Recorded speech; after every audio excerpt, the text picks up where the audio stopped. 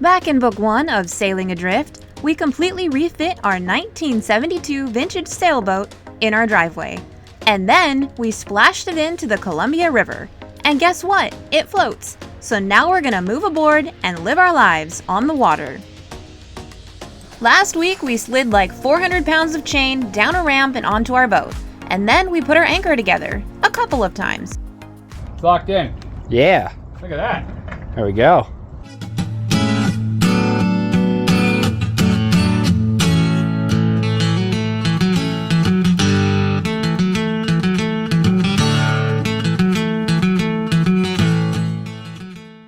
This week we have many more projects to tackle. Up until this point, I've basically rejected the idea of Chef Chris cooking inside the boat because 1, he tends to blow things up, and 2, I would be the one cleaning, and 3, I'm really sick of cleaning everything all the time. So we got a Dickinson marine grill to match our Dickinson gimbaled stove, and I did the right thing and let Chris install that. So of course, Chris tried doing this all by himself. I was expecting it to be in his mouth. Yeah. Well, I thought it was 2 of you watching me do this. That's funny. And after watching the struggle, some helping hands jumped in. This is our friend Henry from across the river. He's basically like our third crew now. Look at that. Wow, that weighs a lot when you open and close it though. Yeah, it's a little scary. Because it's like secure, you can't really get it off of there, but the way it's like attached, It's really hard to have to be like spot on level then if it's just like I'm gonna be willy-nilly about the whole thing. yeah, I just want to be close enough, like as good as I can get.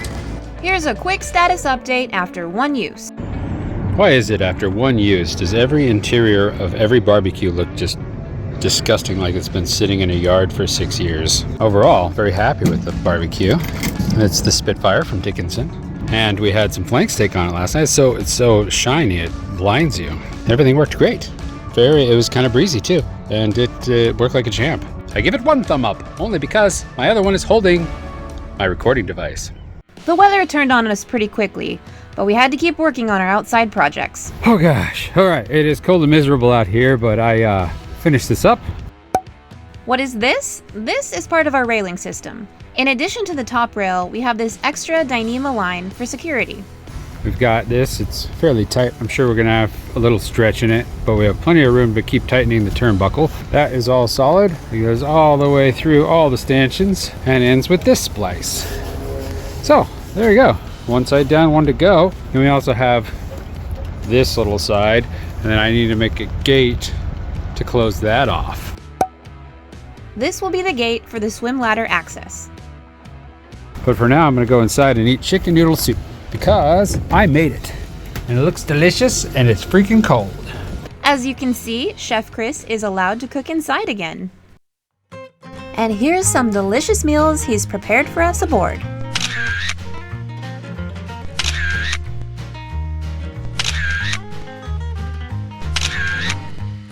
So yeah, with the galley all finished up, this place is starting to feel a whole lot more like home now. Although it's definitely a contender for the world's tiniest kitchen. This space has proven to be super functional, and we both really enjoy using it now. Let's get going on that swim ladder. What you I working cut on? it upside down again, like Uh-oh. an idiot. Like a darn fool, Kelly. 1 more cut, and then I'll be done. That's what you said last time. Yep. Kinda hard to see with our dinghy, affectionately named Floater, in the way, but this is an aluminum ladder repurposed from an RV. We anchored the ladder to the deck and then created a wooden block as a buffer to secure the ladder to the stern. This is definitely a one-of-a-kind block because it needs to fit the contours of the stern as well as the ladder perfectly. Now that we're mostly packed up and ready to go, it's become a little cumbersome getting to certain tools and trying to stay organized on the dock.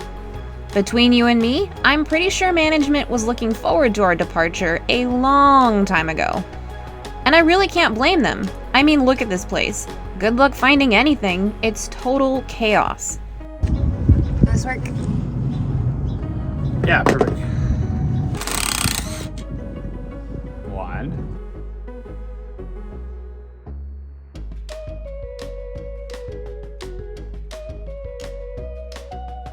Up on top, we bolted the ladder to the deck, and here we epoxied the buffer block to the stern, and secured it with blue painter's tape to hold it as it cured. Sometime later, after everything had hardened up, So the swim ladder is pretty much all done. We've also kind of finished up the back deck to go along with the solar arch. We moved the barbecue so that you can now raise it without hitting in that stupid metal bar. good. Added a table from Sea Dog that is just basically a prep table or a barbecue assist table. I spliced in this Dyneema access. This was a non-locking splice, so you had to lock it with some what do you call it, whipping twine, and then that just hooks across there nice and strong, so that should keep us in. Cool. We replaced the old nasty wire with some new Dyneema to let the dinghy up and down. That works, but as you can see, it's not working right now, and I'll tell you why. We put some reinforcement straps up there too, just as a backup. Good on us. Yeah, go us. That's really it. Is that it? That's it. Oh, Yeah. I added this too. This is a battery operated light, Look at that. so that you can now clearly see the barbecue area. Now that we're done showing off, ready to see the final result of our swim ladder? I'm actually pretty impressed with this swim ladder because, while you wouldn't want to climb up and down while the dinghy's on, my main purpose is going to be to get in and out of the dinghy, and it's pretty strong, man. Like, for aluminum, I can see why this is adequate, because I don't see how you're going to bend this sucker. It's secured at the top, the middle, and the bottom. There is one step that goes below the water line. There you have it. Nice solid swim platform. The back of the deck's coming together. Oh, the outboard. Wow, I forgot about that, Kelly. Oh yeah, let's talk about the outboard. This is where the outboard lives. I installed a custom-made piece of sapele that is nice and thick, that it is mounted to at 3 different spots. And it also has these emergency little backup holders, so if this fails for some reason, which it won't, that's how it's held on a to an outboard. But those will also hold it in place, and we'll keep it here while we're underway, and then put it on the dinghy when we're ready to go. So what is both extremely awesome about our project, but also hugely annoying, is that there are no directions for what we're doing. We're literally creating systems from scratch, with rough templates from similar boats and people with more experience. Take our rigging, for example. We have seen our fair share of naughty cats, and have taken those layouts into consideration. But we have also learned that there are many ways to do something successful, and there is no clear right or wrong path. We've kept the catch rig setup with both masts, but we decided to add a few upgrades, like additional wenches, a roller furler, spinnaker pole.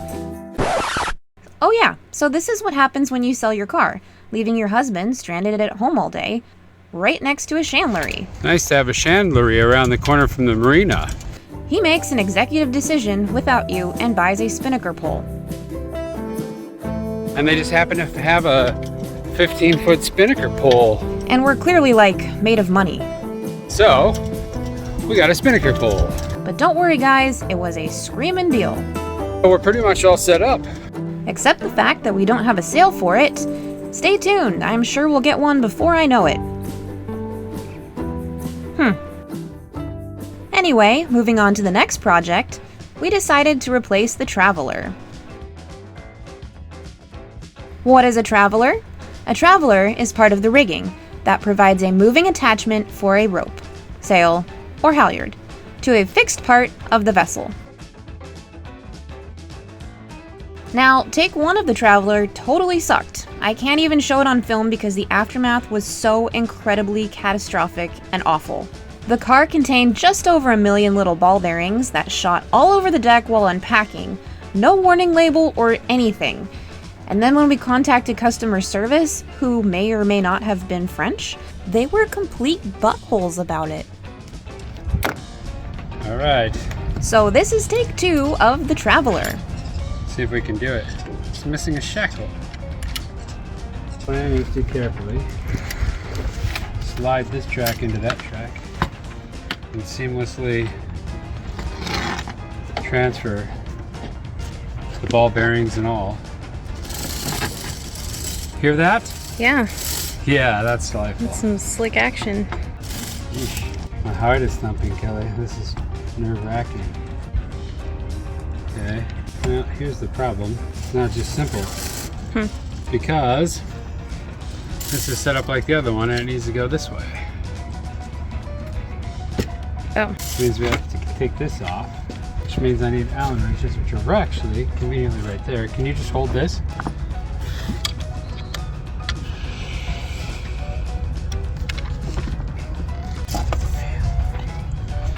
There we go.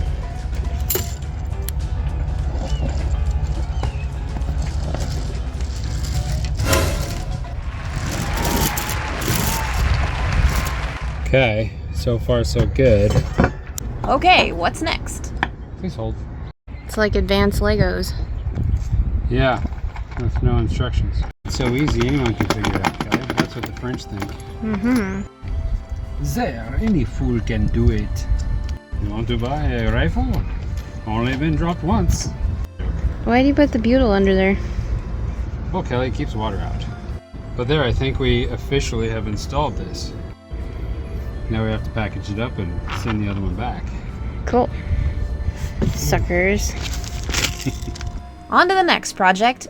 This is something our families have been hounding us about from the very beginning. Getting down to the little detail work. Right now I'm installing our EPIRB. Emergency Position Indicating Radio Beacon. It's got some weird rules on how you're supposed to install the thing. It's basically an automatic EPIRB. There's several different versions. I believe this is a class 1 EPIRB, which means that should your boat go down, it water activates, kicks itself on, floats up to the surface and starts broadcasting. So that's good, but trying to find a spot on the boat that isn't inconvenient but also has no cover over the top to catch this thing, should that ever need to be the case, has been a little difficult. The place I picked is right here on the back side of this bench. So I think this is going to be good. We can always move it later. It's just attached by screws, and luckily with this thing, it's solid fiberglass, so you don't have to worry about it rotting out because of the fastener holes. And I did put a little butyl tape around each screw. So I think that's a pretty solid install. We'll see how that goes long term, and I hope it never gets used ever.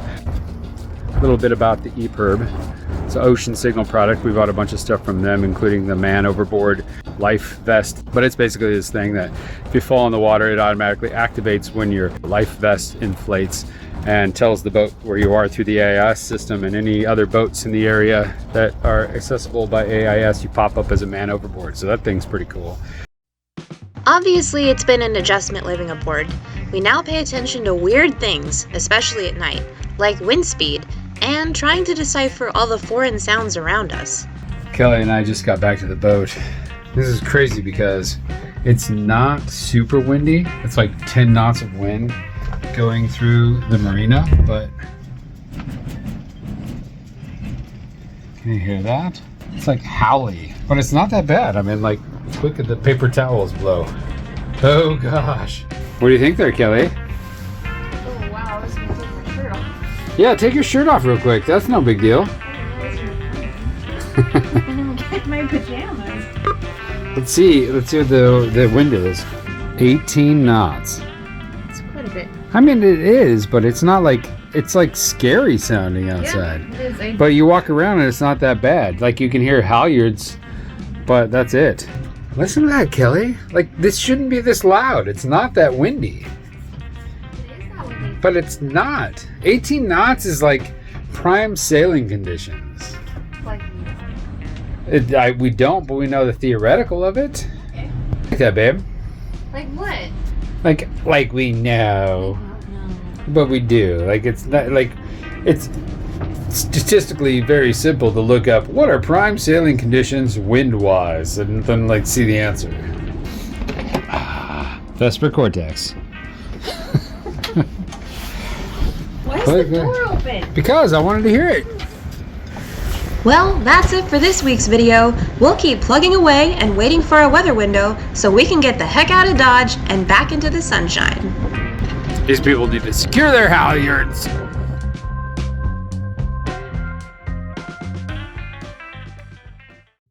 Hey you, thanks for watching. If you like what you see and you want to keep following along, become a subscriber. Just hit that subscribe button below. And special thanks to our Patron crew. We really appreciate your support.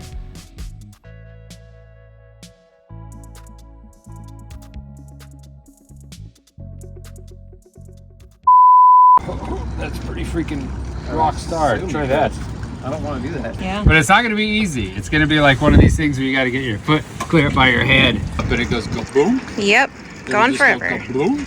Early on, we're going to err on the side of caution if we remember. Like turning the propane off. Watch out for wind, because it's crazy. Wind blows.